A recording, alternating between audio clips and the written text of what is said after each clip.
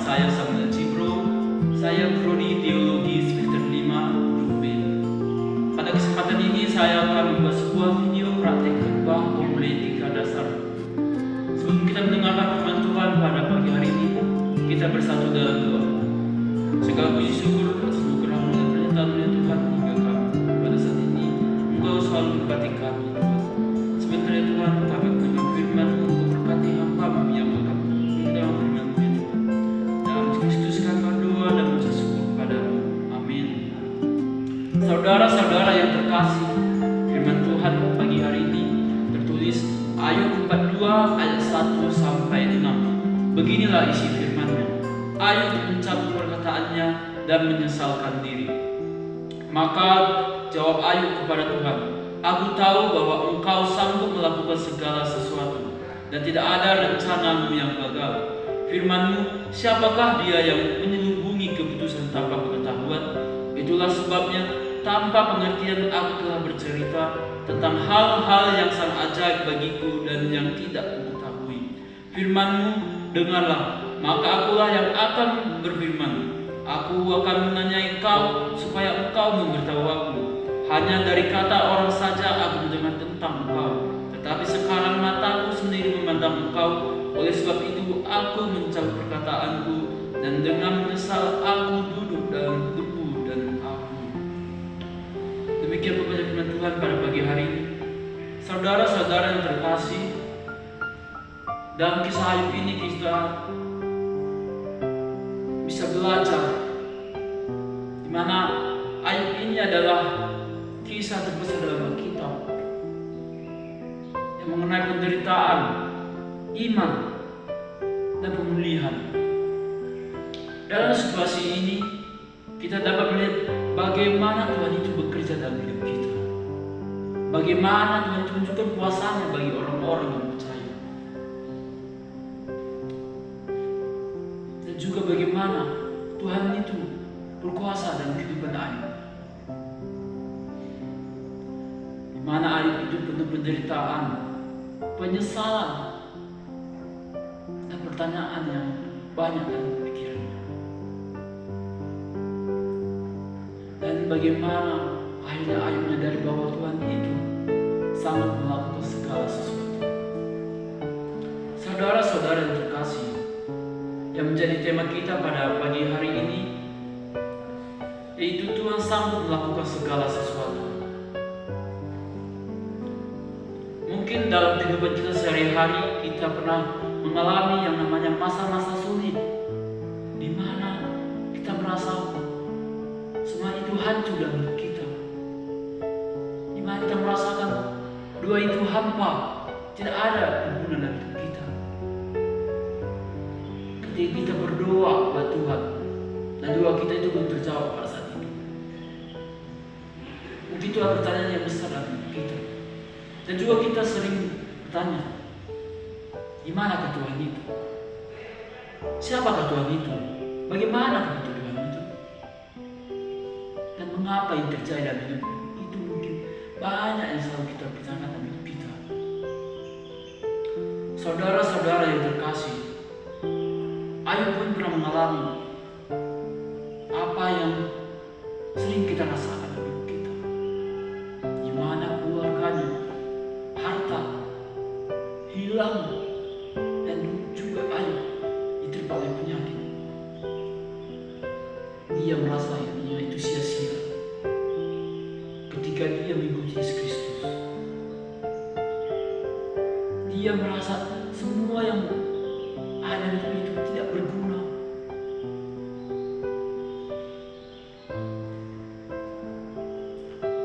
Pada suatu hari Ayub menyadari satu kebesaran Tuhan. Dia menyadari bahwa Tuhan itu sanggup melakukan segala sesuatu yang ada, yang jauh dari pikiran dan benak dari Ayub. Sekarang menjadi pertanyaan besar dari kita adalah, ketika doa kita itu belum terjawab pada saat itu, apakah kita masih percaya pada Yesus Kristus?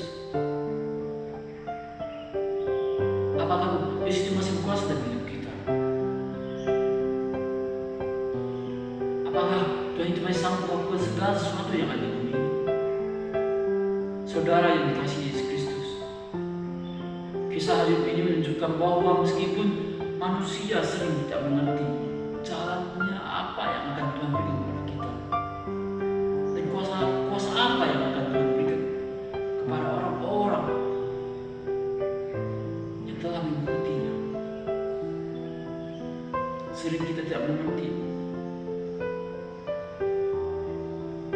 Ada sebuah cerita pada masa-masa yang lalu, tahun-tahun yang sudah berlalu, ketika dunia ini yang pas oleh pandemi, semua orang-orang kehilangan pekerjaan dan juga pengharapan. Salah satu mereka adalah seorang bapak yang bekerja di sebuah perusahaan. Ketika dia dipecat pada saat pandemi, dia merasa dirinya itu gagal. Mengapa ini terjadi dalam hidupnya Tuhan? Juga dia bertanya, mengapa saya harus dipecat? Keluarga saya akan makan apa ya Tuhan? Dia selalu berkata begitu. Dia mencoba ke sana, mencoba ke sini, tetapi semua persoalan menolak dia karena adanya pandemi pada saat itu.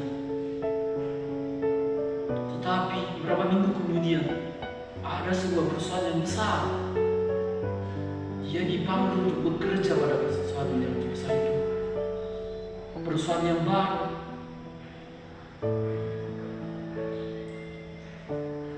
Bukan di tempat yang lama, melainkan di perusahaan yang baru, di posisi dengan gaji yang besar. Dan ia berkata, Tuhan memang menunggu sampai saya berhenti mengatakan diri sendiri. Saat itulah Bapak tersebut benar-benar bahwa Tuhan itu bekerja. Ketika dia berdoa saat ia telah dipecat perusahaan, tapi Tuhan melipat gandakan apa yang telah dirasakan Bapak itu. Dia bisa memberikan makan untuk keluarganya sehingga mereka tetap sehat. Sama seperti Ayub, kita pun sering tidak mengerti jalan Tuhan. Tetapi ketika kita belajar bahwa Tuhan itu sanggup melakukan segala sesuatu yang ada di bumi ini, bahkan di tengah ketidakpastian kita, bahwa Tuhan itu berkuasa dalam hidup. Melalui ayat 42 ayat 1 sampai 6 ini kita bisa belajar dengan 4 poin yang dapat kita renungkan dalam kehidupan kita sehari-hari. Poin yang pertama itu adalah pengakuan Ayub akan kuasa Tuhan. Ayub 42 ayat 2. Aku tahu bahwa Engkau sanggup melakukan segala sesuatu dan tidak ada rencanaku yang gagal. Ayub mengawali pengakuannya dengan pernyataan yang sangat kuat pada saat itu. Pengakuan ini adalah puncak dari perjalanan panjang Ayub yang penuh dengan penderitaan, penyesalan, pertanyaan dalam hidupnya.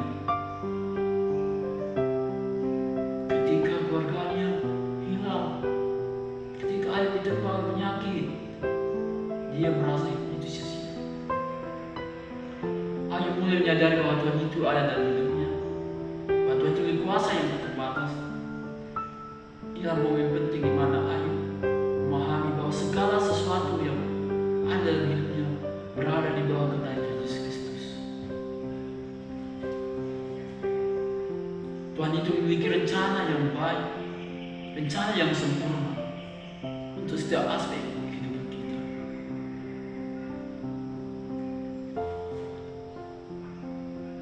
Dan penderitaannya, Ayub sempat meragukan rencana Tuhan, apa yang akan Tuhan berikan kepada-Mu, dan mengajukan banyak pertanyaan. Namun setelah Tuhan berbicara kepadanya, Ayub menyadari bahwa pengetahuan dan kebijaksanaan Tuhan itu lebih jauh melampaui apa yang dipahami oleh manusia. Inilah pelajaran penting bagi kita semua bahwa keterbatasan manusia tidak dapat dibandingkan dengan kebesaran Tuhan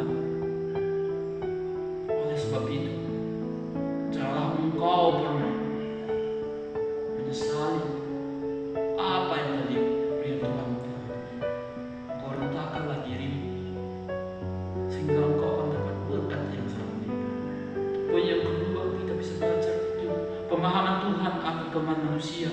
Ayub 42 ayat 3 sampai 4. Firman-Mu, siapakah dia yang menyeluruhi keputusan tanpa pengetahuan? Itulah sebabnya tanpa pengertian aku telah bercerita tentang hal-hal yang sangat ajaib bagiku dan yang tidak aku ketahui. Firman-Mu, dengarlah, maka akulah yang akan berfirman. Aku akan menanya engkau supaya engkau memberitahu aku. Saudara-saudara yang terkasih, pada poin yang kedua ini, mana Ayub melanjutkan dengan pertanyaannya, di mana dia di sini mengakui bahwa ada hal yang tidak dimengerti oleh Ayub dan bahwa pemahaman manusia itu sangatlah terbatas. Ketika Ayub berbicara tentang hal-hal yang tinggi dari dirinya, dia menyadari bahwa hal dalam Tuhan berada di luar kapasitas ini, di luar dari pemikiran si Ayub. Ini adalah pengakuan yang menunjukkan bahwa kerendahan hati dan kesiapan untuk menerima ajaran dari Tuhan. Ketika kita mengakui Tuhan Yesus sebagai Tuhan kita, dan firman-Nya itu akan bekerja dari diri. Ketika engkau menerima Dia dan mendengarkan Dia, maka Dia akan bekerja dari diri. Dialah firman Tuhan yang sangat dahsyat.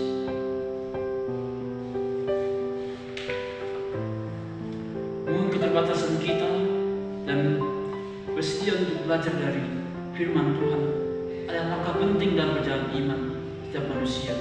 Tuhan seringkali menggunakan momen-momen di mana kita merasa diri kita tidak sama, di mana terjadi penderitaan dan juga kebingungan, untuk mengajarkan kita lebih tentang dirinya dan tentang bagaimana kita harus hidup dalam iman, dalam iman Yesus Kristus. Yang ketiga yaitu perubahan perspektif Ayub. Ayub 42 ayat 5. Ayub berkata, hanya dari kata Allah saja aku mendengar tentang engkau, tetapi sekarang mataku sendiri memandang engkau.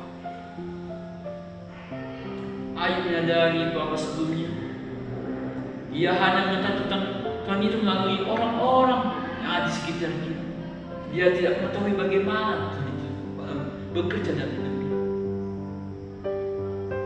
Dan bagi siapa Tuhan itu sebenarnya? Tetapi ketika dia menyadari bahwa Tuhan itu ada di hidupnya, dan Tuhan itu berkata, dan Tuhan itu menunjukkan dirinya dan itu Ayub. Ini adalah sebuah pengalaman pribadi yang tidak dapat dilakukan oleh Ayub, yang tidak dapat dilupakan oleh Ayub, bahwa Tuhan itu memiliki pribadi yang sangat berbeda dari sekedar pengetahuan teoritis, mana dia hanya pertama mendengarkan bahwa Tuhan itu ada dari orang-orang lain. Tetapi ketika Tuhan berkata, dia menyadari bahwa Tuhan itu benar-benar ada dan berkuasa dalam dirinya. Ketika kita mengalami Tuhan secara langsung dalam hidup kita, dalam kesulitan, tantangan, dan berkat kita memperoleh pemahaman yang lebih dalam tentang siapa Tuhan yang sebenarnya. Ini adalah mengubah cara kita melihat dunia, bagaimana kita menanggapi situasi-situasi dalam kehidupan kita pada saat ini. Poin yang keempat itu penyesalan dan kerendahan hati. Ayub 42 ayat 6. Oleh sebab itu aku mencabut perkataanku dan dengan menyesal aku duduk dalam debu dan abu. Pada poin 4 ini, ketika Ayub menyadari bahwa Tuhan itu memang ada, dia menyesal karena dia telah menjauhkan diri dari Tuhan. Dia mencabut perkataannya agar dia dapat menerima Tuhan Yesus Kristus. Dia menyadari kesalahannya dalam meragukan dan bertanyakan rencana Tuhan yang begitu besar. Penyesalan Ayub bukan hanya tentang kata-katanya, tetapi juga tentang sikap hati yang penuh dengan kerendahan. Dia menyadari betapa tidak layaknya dia berdiri melawan kebijaksanaan Tuhan yang penuh dengan kerendahan hati, yang perlu dia renungkan dalam hidupnya sebagai tanda pertobatan dan juga kerendahan hati. Ayub mengajarkan kita tentang pentingnya kerendahan hati dan penyesalan ketika kita menghadapi realitas kebesaran Tuhan. Dan perjalanan iman kita juga dipanggil untuk merendahkan diri dan menerima Tuhan, untuk memperbaiki pemahaman kita dan mengarahkan kita hidup sesuai dengan kehendak Tuhan. Saudara-saudara yang terkasih, dari kisah Ayub ini kita dapat belajar menjadi orang-orang yang kuat, tahu kepada Tuhan bahwa Tuhan itu sanggup melakukan segala sesuatu dalam setiap situasi yang kita alami, baik penderitaan, masalah yang kita alami. Ketika kita mempercayai bahwa Tuhan itu ada di hidupmu, Tuhan itu akan bagi rencana yang indah di kemudian hari. Marilah kita seperti Ayub, di mana Ayub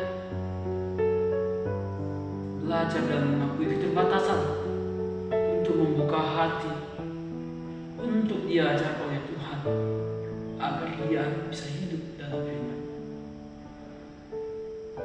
Ketika kita menghadapi kesulitan dalam hidup kita, marilah kita ingat bahwa Tuhan itu berkuasa dan Dia memiliki rencana yang baik untuk kita dengan kerendahan hati kepada Tuhan.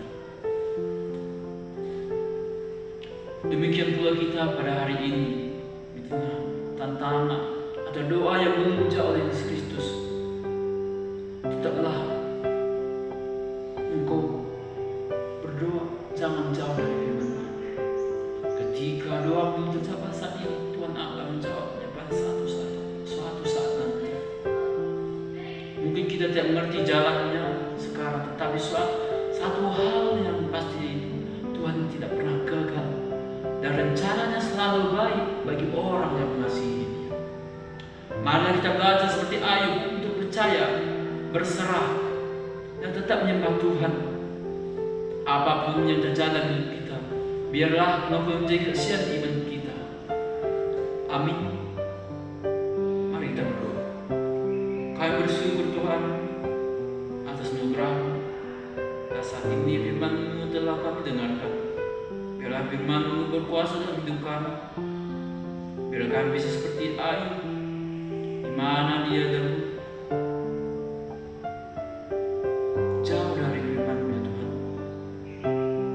Dia tidak mengerti apa rencana yang Kau berikan kepadanya.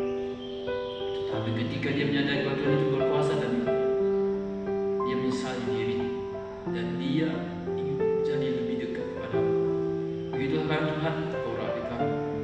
Kami seperti Ayub takut akan Engkau, sehingga kami mendapatkan hidup yang kekal. Dalam Kristus kami berdoa dan mengucap syukur kepada-Mu. Amin.